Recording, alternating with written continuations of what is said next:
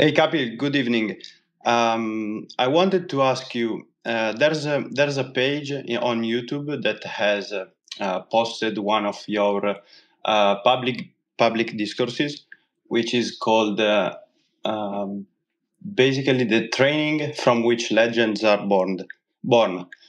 In this podcast, in this discourse, you say that modern training is basically uh, far removed from the training which used to happen in like ancient times, and you say there's one doesn't really need to focus upon the methodology or the regiment, but it would be wise to explore the intentions, the you say the impetus that's behind the training. I've been listening to that many times, but I feel like I don't really get uh, what's behind that, and I would like to ask you if you could possibly expand a little bit more on the ancient trainings. Thank you. So if you look at things through the lens of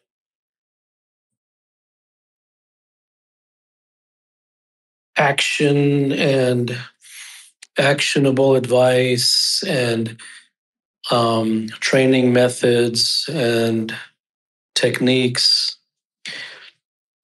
then you can't really get to the deeper meaning of things. And what someone does is according to who he is. What someone does is according to the quality that's within them. So you can't just do the outward thing if it isn't inside. So that's why I said, I mean, I'm remembering based upon what you just told me. I don't remember, what that discourse. But the impetus, and that's why I said that, is because of the impetus. It's about the nature and the quality of the human being from which it's coming from, not really just the thing that's coming from it. And so what you have today, it is not just the fact that you have trainings that are inferior. You have humans that are inferior. So if you have a human that is inferior, of lower quality, of less depth, of not wanting to know the truth, of being more cosmetic and superficial and relying upon digital screens and graphs and charts and modern man-made manufactured concepts, then what comes from that will be inferior. So I don't even think that a person who is of today's generation, and even those who are middle-aged, actually have the capacity or the bandwidth to understand quality and to understand the things that create legends and things, and maybe even some things that were done in ancient times. It isn't that everything that was done in ancient times was good. I'm not saying that. But all things go downhill and humans go with it. So it is not about understanding the teachings, because if you just understand the teachings, because I'm not talking about specifically you here, I'm talking you generically. If you just go by the teachings, then you will still destroy it because you will put your modern spin on it. And you can't really understand it because you're trying to understand it through your modern cosmetic superficialness that is the norm across the whole world today. So today doesn't have the ability to understand yesterday. Today doesn't know anything of quality. Today is just garbage. So what you have in the world is just video reels and propaganda and cosmetics and haircuts. That's all you have. And that it isn't that the problem is not that kind of individual doesn't have the correct teachings. You can give them all the manuals in the world. The problem is that that individual does not have the necessary quality. He cannot contain the teachings because he would break, because he doesn't have the capacity or the robustness or the depth in order to even hold the teachings for 5 minutes. So it is the quality of human that has fallen. As a result, all that comes from him is fallen. Hey, Kapil. Sorry, I was on mute. My apologies. I'm new to this interface. I've found a lot of peace in reading your work, particularly as a parent. Like my energy has shifted a lot, and I've even heard that reflected from my children. But in some moments, that peace does tend to disappear, and that kind of feeling of being a surrogate of nature just disappears as well. So my question is, if I'm seeking the right question to ask to reveal where that trap might be, it almost feels like a prescription, but I don't know where else to go with it. So could you kind of help elaborate on that a little bit for me? Well, in order to sustain something, then the understanding of that something on a visceral level must be sustained. And so if the thing on a visceral level is not sustained, then that means that either it was only tasted, or it was understood only intellectually, or it was understood viscerally only in a very small fraction. And as a result, all things are a byproduct of that. So it isn't about sustaining the feeling. That's more self-help nonsense. It's about sustaining the understanding. And that's why the greater the depth and the more visceral one's understanding of things, well beyond the intellectual level, provides a greater opportunity for sustaining it, and therefore the sustaining of that which comes from it. Hello, Kapil. Thank you for taking the time for hosting this session. My question is about the quality of investigations when exploring truth.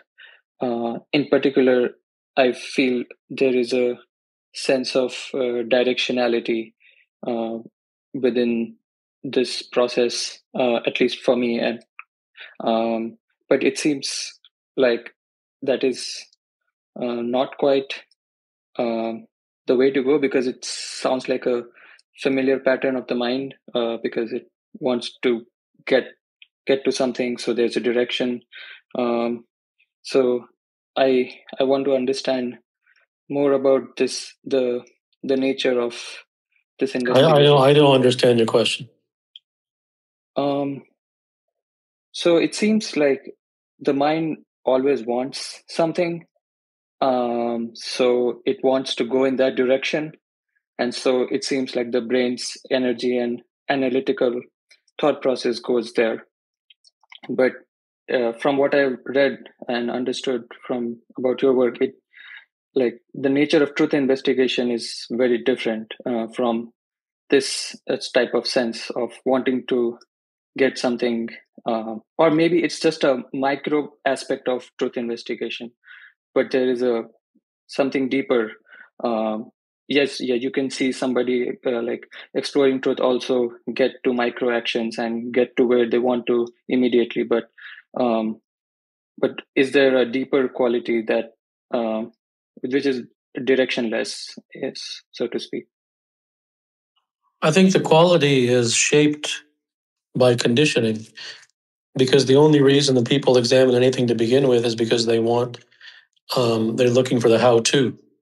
Mhm. And I think that is so built in, and after so many years of conditioning into the wiring of the conditioning, that they don't know what else to examine for but the how-to.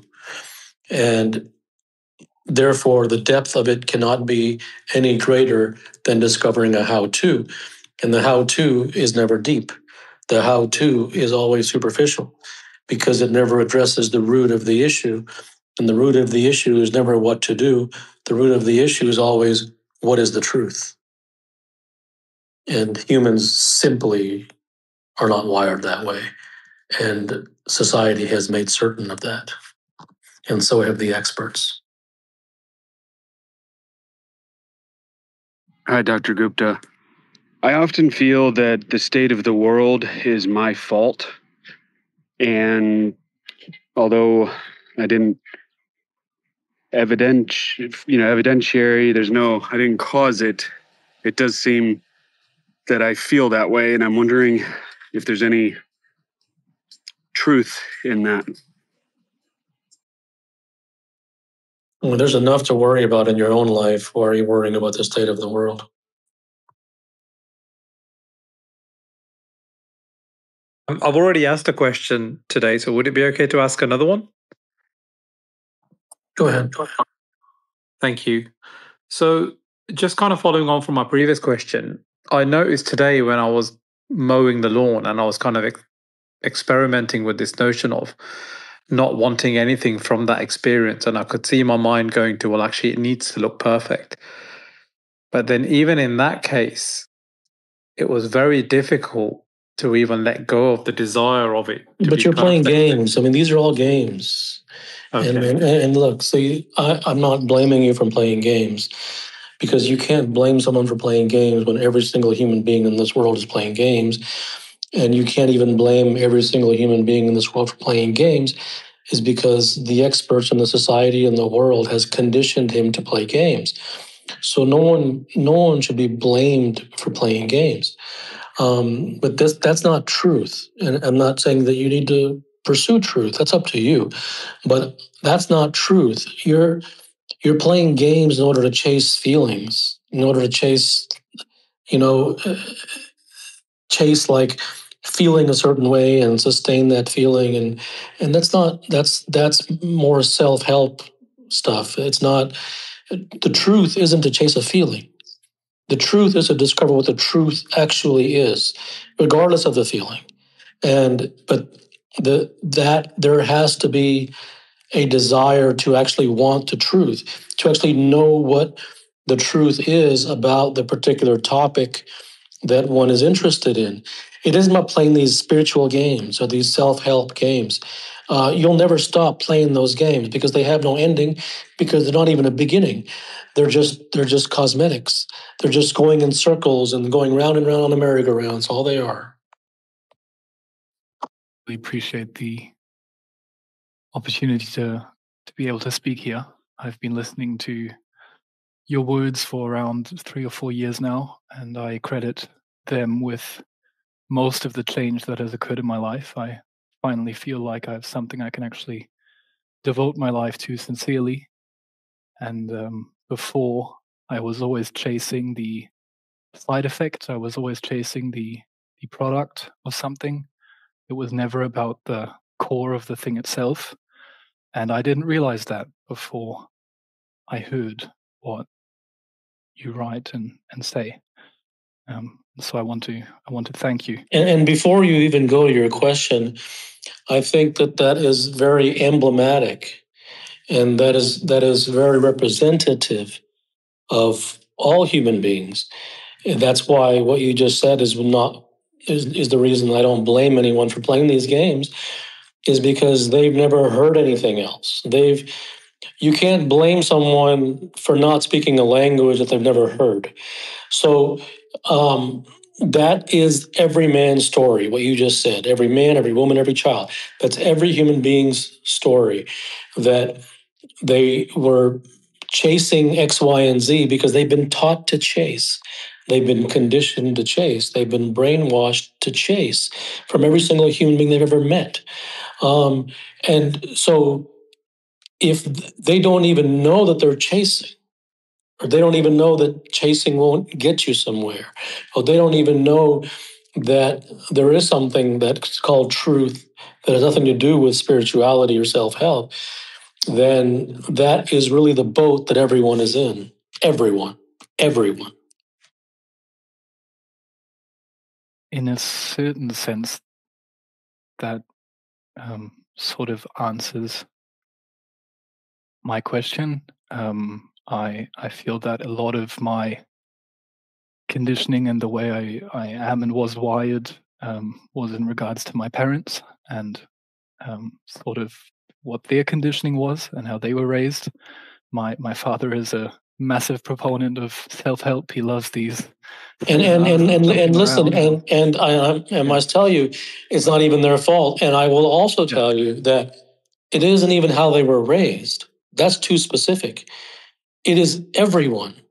It is every newspaper they ever read, every magazine they ever opened, every television outlet they ever watched, every human being they ever spoke to, every stranger they had a conversation with, every expert they listened to, every book they read. This is far beyond how someone was raised. This is every human being on the planet is a zombie. Every last one. Even the monk meditating in the temple, he's a zombie too. Only difference is his head is shaved. That's it. Everyone's a zombie because they're all chasing prescriptions and they don't know any better. And they're all chasing different forms of prescriptions. It's all the same thing. They're all chasing how to get 5 ways to enlightenment. This guy is chasing 5 ways to get a Ferrari. This guy is chasing 5 ways to get more money. This guy is chasing 5 ways to happiness. This guy is chasing 5 ways to become wealthy. It's all the same. Every human being, so it goes far beyond like how someone was raised. It is every human alive has been brainwashed and conditioned. Now, that does not mean that every human is doomed, but it kind of does to some degree, because the only way that you're ever going to have even the possibility of getting out of that is to have the DNA and some sense of awareness or some sense of something which is willing to fight back against the wiring. And humans aren't wired to fight against wiring. They're sheep. They go along with everybody else. That's why experts are in high demand. So no one really questions the world. They might question an expert and say, Mr. Expert over here says this, but what about Mr. Expert over here? They might question expert versus expert. But no one questions the entire charade. That's the moon to humans.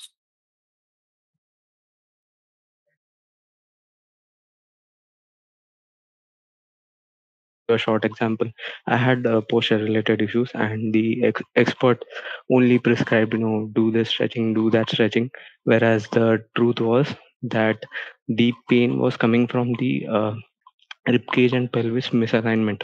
But all they were focusing was that they were trying to fix the neck and shoulder that were on the ribcage. They never target the root issue. I have seen that they really do not work. But the issue is that no one really has that understanding of truth. So I am a student now, and I'm trying to learn engineering, but no one really tells me the truth about that stuff. So my question is, what am I supposed to do? Because everyone gives just a prescription. You're on your own, and that's why I always say, truth. You have to walk alone. There are basic fundamentals to anything, and even in engineering, there's the mechanical and technical elements, and the mechanical and technical elements of things can be learned from books, and they can be even learned from someone who is more experienced. So mechanical and technical things can to some degree be taught, and they can work. But things that are not that, but in order to become great at something, it always goes beyond the mechanical and technical. And in order to become great at something and learn the truth about something, that's a path that you must create for yourself. Because, as you said, and as you have learned by firsthand experience, there's no one out there looking for the truth. I mean, you must all be looking for a rock on Mars because you're on your own. That's just the way it is.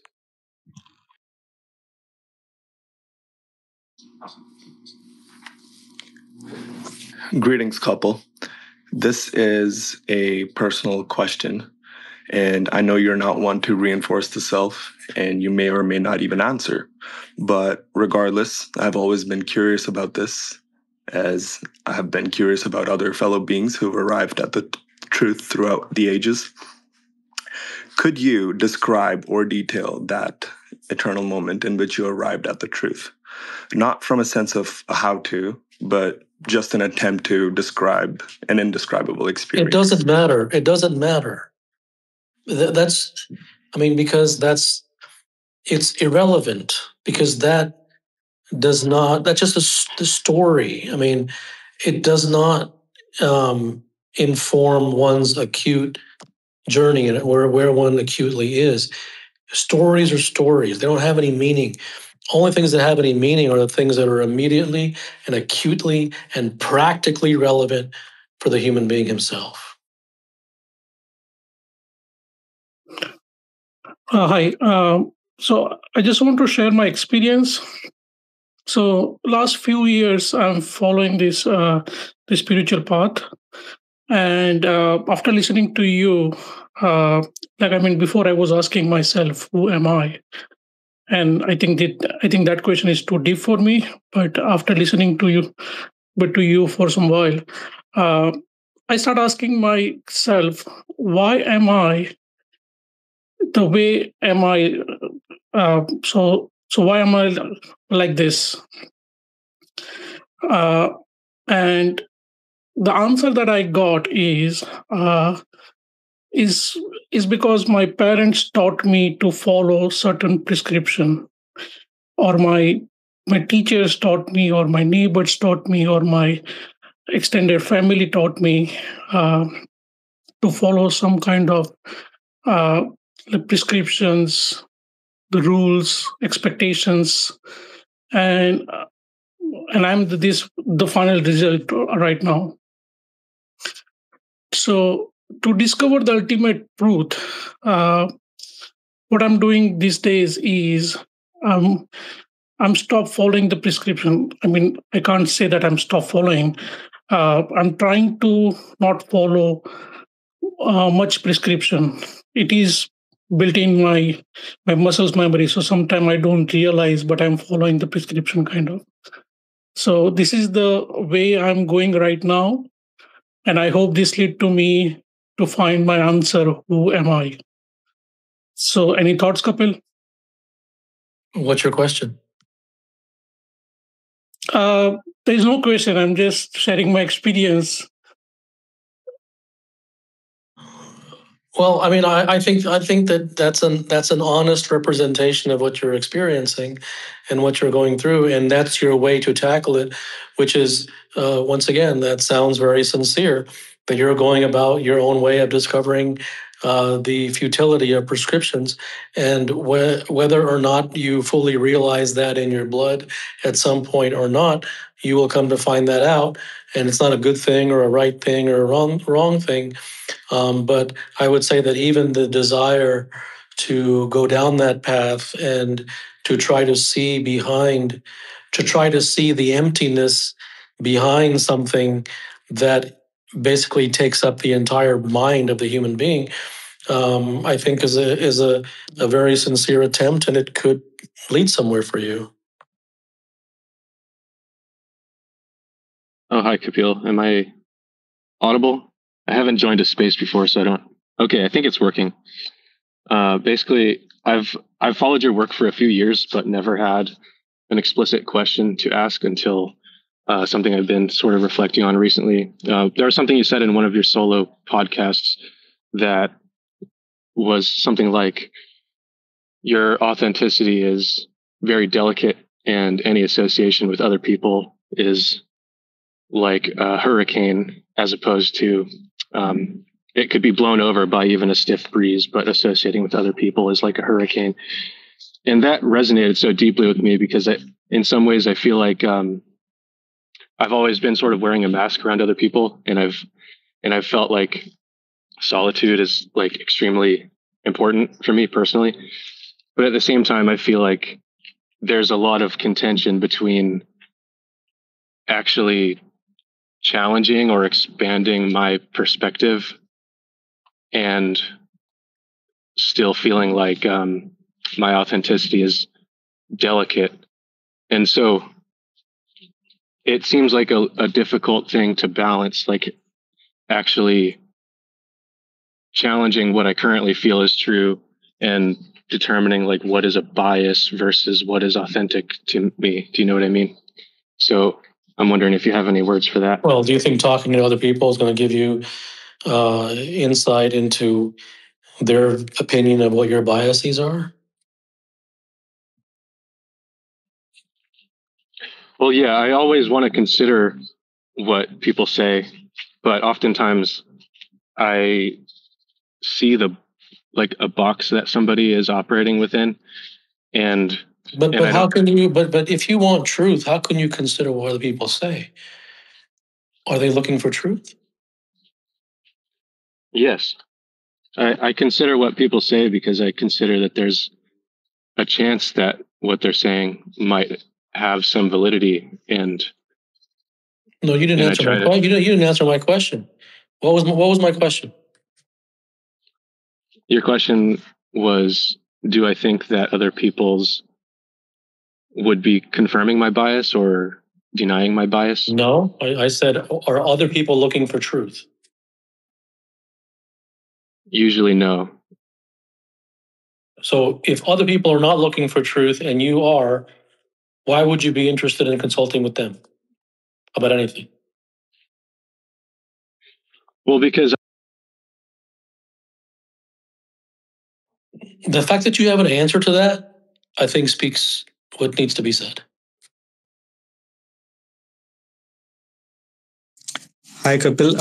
I wanted to ask, why do humans in general waste time?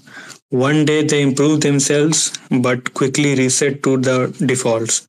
Is the desire simply not there for an individual, or we do not realize that we have limited time in this world? No, yeah, there's not a realization of that, and it's also it's just like a hamster wheel of the program has been their program has been set to pursue prescriptions one after the other for their entire lives. Hello, Kapil. Thanks for the opportunity. So all the days when I really struggled and tried too hard to get to my goals, it took me nowhere. But I kind of found it strange that when I really did not do anything, I did not even try, a decent amount of success, such as money or career progression, just landed my way. So my question is there any truth to luck or destiny playing a significant role, or could that have happened because I just longed for certain things to happen? Thank you. I mean, I can't talk to you about an individual basis without having knowing your situation. But I think it's about finding what works for you, and I think it's about moving away from expert advice and moving more towards one examining his own experiences as opposed to trying to do things on a correct or recommended sort of level. I've been struggling my whole life, and I've been trying to read and journal, but I just get caught up in an endless loop, and I just feel completely helpless about it. But I feel like I have so much potential at the same time. I just want to know if there's anything or what I could even, what do I not know that's causing this? Or what do I not understand?